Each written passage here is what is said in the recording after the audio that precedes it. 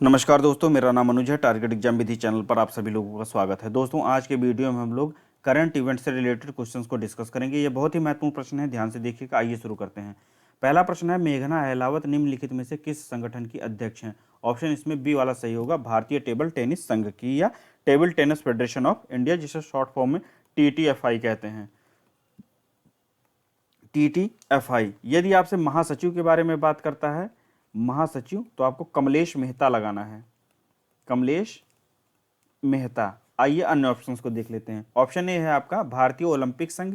भारतीय ओलंपिक संघ की वर्तमान अध्यक्ष हैं PT उषा जी।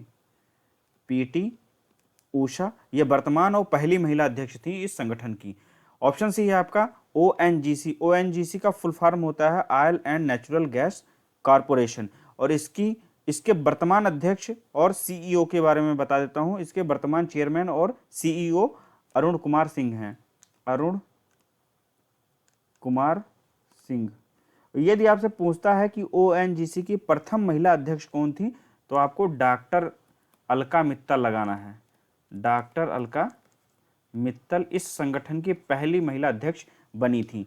ऑप्शन डी है आपका सेबी। सेबी की वर्तमान और पहली महिला अध्यक्ष माधवीपुरी बुच्च जी हैं, माधवीपुरी बुच्च। दूसरा प्रश्न है, निम्नलिखित में से किसका मुख्यालय लियोन फ्रांस में स्थित है? ऑप्शन इसमें ए वाला सही होगा, इंटरपोल।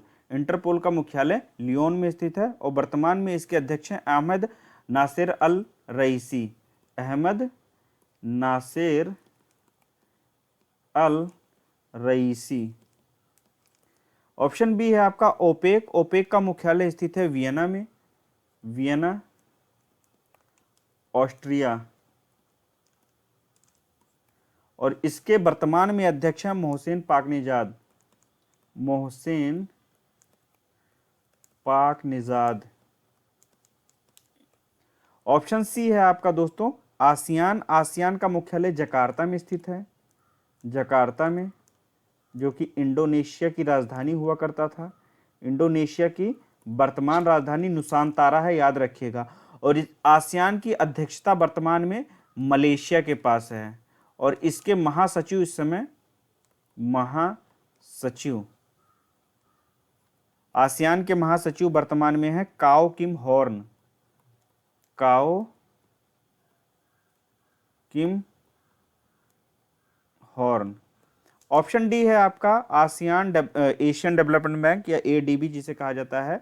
इसका मुख्यालय मनीला फिलीपींस में स्थित है, इसे याद रखिएगा, इधर मैं लिख दे रहा हूं। और एक चीज इसमें बता देता हूं, इसके वर्तमान अध्यक्ष मसात सुगु अकासावा हैं, मसात सुगु अकासावा,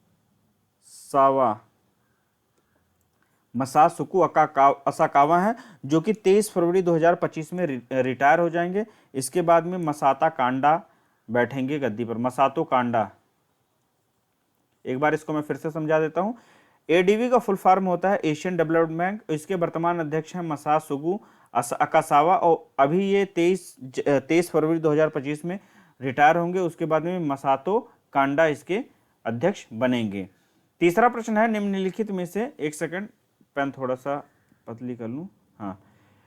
तीसरा प्रश्न है, निम्नलिखित में से कौन सा मंत्रालय श्रीमती अन्नपूर्णा देवी संभाल रही हैं? तो जो अन्नपूर्णा देवी जी हैं, यह वर्तमान में महिला एवं बाल विकास मंत्री हैं। ऑप्शन इसमें डी वाला सही होगा। ऑप्शन ए है आपका केंद्रीय पर्यटन एवं संस्कृति मंत्रालय, यह गजेंद्र सिंह शेखावत संभाल रहे हैं। गजेंद्र सिंह शेखावत वर्तमान में पर्यटन, केंद्रीय पर्यटन एवं संस्कृति मंत्री हैं। ऑप्शन बी है आपका संसदीय कार्य और अल्पसंख्यक मामलों के मंत्री किरण रिजिजू जी हैं, किरण रिजिजू जी, ठीक। और सामाजिक न्याय और अधिकारिता मंत्रालय इस समय डॉक्टर वीरेंद्र कुमार के पास है, डॉक्टर वीरेंद्र कुमार।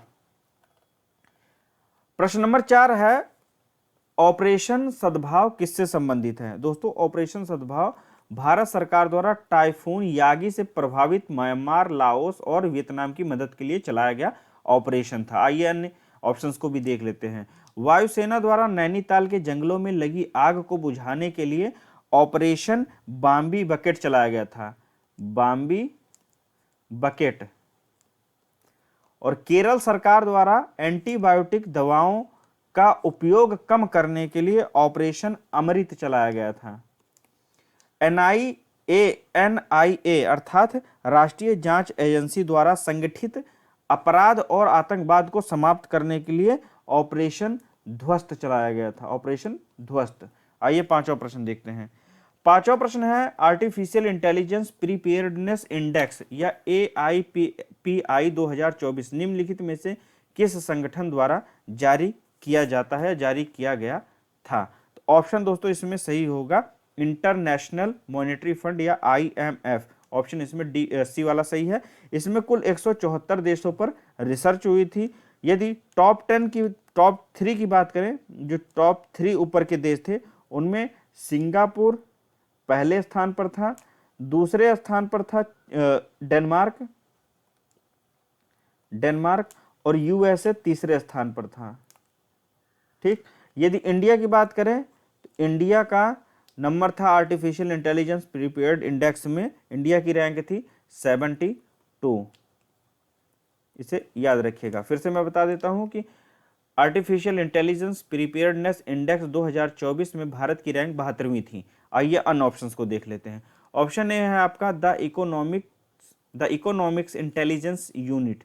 यह संगठन या यह एजेंसी ग्लोबल लिवेबिलिटी इंडेक्स जारी करती है कि रहने योग्य कौन सा शहर ज़्यादा योग्य है या जो है अयोग्य है।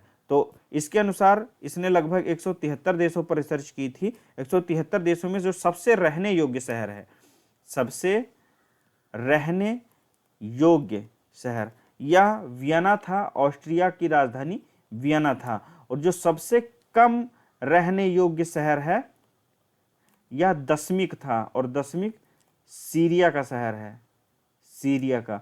और यदि भारत के शहरों की बात करें तो इसमें भारत के शहरों में दिल्ली और मुंबई, दिल्ली और मुंबई को 141वें स्थान पर रखा गया था। आइए जो ऑप्शन बी है इसको देख लेते हैं। World economic forum. World economic forum तो बहुत सारी जो है रिपोर्ट्स जारी करती है, इंडेक्स जारी करती है, लेकिन यहाँ पर मैं एक बताऊंगा जो एग्जाम में पूछे जाने के सबसे करीब है। Global gender gap report. Global gender gap report. Global gender gap report 2024 की बात करें तो 2024 में जब वर्ल्ड इकोनॉमिक फोरम ने लगभग 146 देशों पर रिसर्च की थी, 146 देशों पर पहले स्थान पर आइसलैंड आया था, आइसलैंड आया था। दूसरे स्थान पर फिनलैंड था, तीसरे स्थान पर नॉर्वे था और चौथा स्थान न्यूजीलैंड को मिला था, पांचवा स्थान स्वीडन को मिला था। और वहीं ग्लोबल जेंडर गैप रिपोर्ट में भारत की बात करें तो भारत को 129वां स्थान प्राप्त हुआ था। याद रखिएगा कि ग्लोबल जेंडर गैप रिपोर्ट 2024 में 129वें स्थान पर भारत आया था। छठवां प्रश्न है निम्नलिखित में से कौन सा सैन्य अभ्यास भारत और इंडोनेशिया के मध्य आयोजित होता है? तो भारत और इंडोनेशिया के मध्य में आयोजित होता है गरुड़ शक्ति सैन्य अभ्यास, जिसका 9वां संस्करण 2024 में संपन्न हुआ है। यह एक थल सेना का सैन्य अभ्यास है जिसका आयोजन जकार्ता में किया गया था। ऑप्शन बी है आपका वज्र प्रहार। वज्र प्रहार का 15वां संस्करण 2024 में पूरा हुआ, जो भारत और USA के मध्य हुआ था। USA ये भी थल सेना का ही सैन्य अभ्यास है जिसे अमेरिका में आयोजित किया गया था। ऑप्शन सी है आपका सिनबैक्स प्रथम, सिनबैक्स फर्स्ट। यह भी 2024 में पहला सैन्य अभ्यास था जो भारत एवं कंबोडिया के मध्य आयोजित हुआ। भारत एवं कंबोडिया के मध्य थल सेना का ही ये सैन्य अभ्यास था जो पुणे में आयोजित हुआ था। ऑप्शन डी है आपका सिम्बैक्स। सिम्बैक्स दोस्तों भारत और सिंगापुर के मध्य हुआ था। भारत एवं सिंगापुर के मध्य आयोजित होने वाला सैन्य अभ्यास है। यह नौसैनिक सैन्य अभ्यास था जिसका आयोजन विशाखापत्तनम में किया गया था। आइए आगे देखते हैं। 7वां प्रश्न है निम्नलिखित में से कौन सी पुस्तक A.N. गवर्नर द्वारा लिखी गई है? A.N. गवर्नर ने दोस्तों लिखी है द अनयील्डिंग जज। ऑप्शन इसमें ए वाला सही होगा, द अनयील्डिंग जज A.N. ग्रोवर द्वारा लिखी गई है। ऑप्शन बी है आपका speaking with nature. Speaking with nature लिखी है रामचंद्र गुहा ने। रामचंद्र गुहा जी के द्वारा। विटनेस है साक्षी मलिक की पुस्तक, साक्षी मलिक की। आजादी, फ्रीडम, फासिज्म और फिक्शन, ये अरुंधति रॉय की पुस्तक है, रॉय की। इस पुस्तक को छोड़ करके बाकी तीनों 2024 में आई है, कोई अक्टूबर, सितंबर और नवंबर के मंथ में आई है। ये लिख दे रहा हूं मैं यहाँ पर। विटनेस आपकी नवंबर में आई थी, ये अक्टूबर में आई थी, और जो द अनयील्डिंग जज है यह दिसंबर में पुस्तक आई थी। बाकी जो लास्ट वाली है यह 2020 में आई। आज़ादी, फ्रीडम, फासिज्म, फिक्शन, ये अरुंधति रॉय की 2020 में पब्लिश हुई थी। प्रश्न नंबर 8 है, निम्नलिखित में से किसका आयोजन 2025 में बांग्लादेश में किया जाएगा?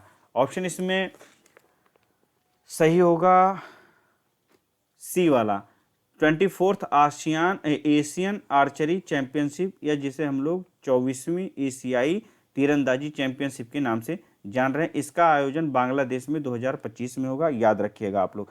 आईसीसी महिला क्रिकेट वर्ल्ड कप का आयोजन 2025 में ही होगा, लेकिन भारत में आयोजित होगा। 10th आईसीसी चैंपियनशिप ट्रॉफी का आयोजन किया जाएगा पाकिस्तान में, जो कि वर्तमान में चल भी रही है। वर्ल्ड बैडमिंटन चैंपियनशिप का आयोजन होगा 2026 में भारत में। 9 प्रश्न है, 21 दिसंबर को कौन सा दिवस मनाया जाता है? दोस्तों 21 दिसंबर को पहली बार विश्व ध्यान दिवस मनाया गया था। यह प्रथम समय था, फर्स्ट टाइम, जब विश्व ध्यान दिवस या वर्ल्ड मेडिटेशन डे आयोजित हुआ था 21 दिसंबर 2024 को। और 2024 में इसकी थीम रखी गई थी अंतर्राष्ट्रीय शांति और वैश्विक सद्भाव। ऑप्शन बी है आपका विश्व निमोनिया दिवस। विश्व निमोनिया दिवस मनाया जाता है 12 नवंबर को, और 12 नवंबर 2024 की थीम रखी गई थी हर सांस मायने रखती है, निमोनिया को उसके मार्ग में ही रोकें। ऑप्शन सी है आपका अंतर्राष्ट्रीय शिक्षा दिवस। अंतर्राष्ट्रीय शिक्षा दिवस मनाया जाता है हर वर्ष 24 जनवरी को, और 24 जनवरी को इसकी थीम 24 जनवरी 2025 को इसकी थीम रखी गई थी एआई और शिक्षा, ऑटोमेशन की दुनिया में मानव एजेंसी का संरक्षण। ऑप्शन डी है राष्ट्रीय विज्ञान दिवस। राष्ट्रीय विज्ञान दिवस मनाया जाता है 28 फरवरी को, और 28 फरवरी 2025 को इसकी थीम रखी गई थी विकसित भारत हेतु विज्ञान और इनोवेशन में वैश्विक नेतृत्व के लिए भारतीय युवाओं को सशक्त बनाना। आइए प्रश्न नंबर 10 देखते हैं। प्रश्न नंबर 10 है, निम्नलिखित में से भारत सरकार द्वारा 2030 किस लक्ष्य को प्राप्त करने की योजना है? 2030 तक किस लक्ष्य को प्राप्त करने की योजना है? कुछ लक्ष्य नीचे दे रखे हैं, आपको बताना है कि किस वर्ष जो है ये लक्ष्य पूरे होंगे। तो आइए पहले हम प्रश्न के अनुसार देख लेते हैं। भारत सरकार ने 2030 में, ऑप्शन इसमें सी वाला सही होगा, कि भारत सरकार चाहती है कि भारत से पूर्ण रूप से मलेरिया 2030 तक खत्म हो जाए, उन्मूलन हो जाए। ऑप्शन ए है आपका कृषि में डीजल के स्थान पर नवीकरणीय ऊर्जा का इस्तेमाल करने का जो लक्ष्य है इसे रखा गया था 2024 तक। ऑप्शन बी है भारत द्वारा नेट जीरो का लक्ष्य रखा गया है 2070 तक, और चंद्रमा पर अंतरिक्ष यात्री भेजने का लक्ष्य रखा गया है 2040 तक। तो एग्जाम में आएगा, आपसे पूछ सकता है, ध्यान रखिएगा। तो दोस्तों आज के वीडियो में बस इतना ही। इसी तरह के वीडियोज में लेकर आता रहूंगा। मिलते हैं अगले वीडियो में, तब तक के लिए नमस्कार।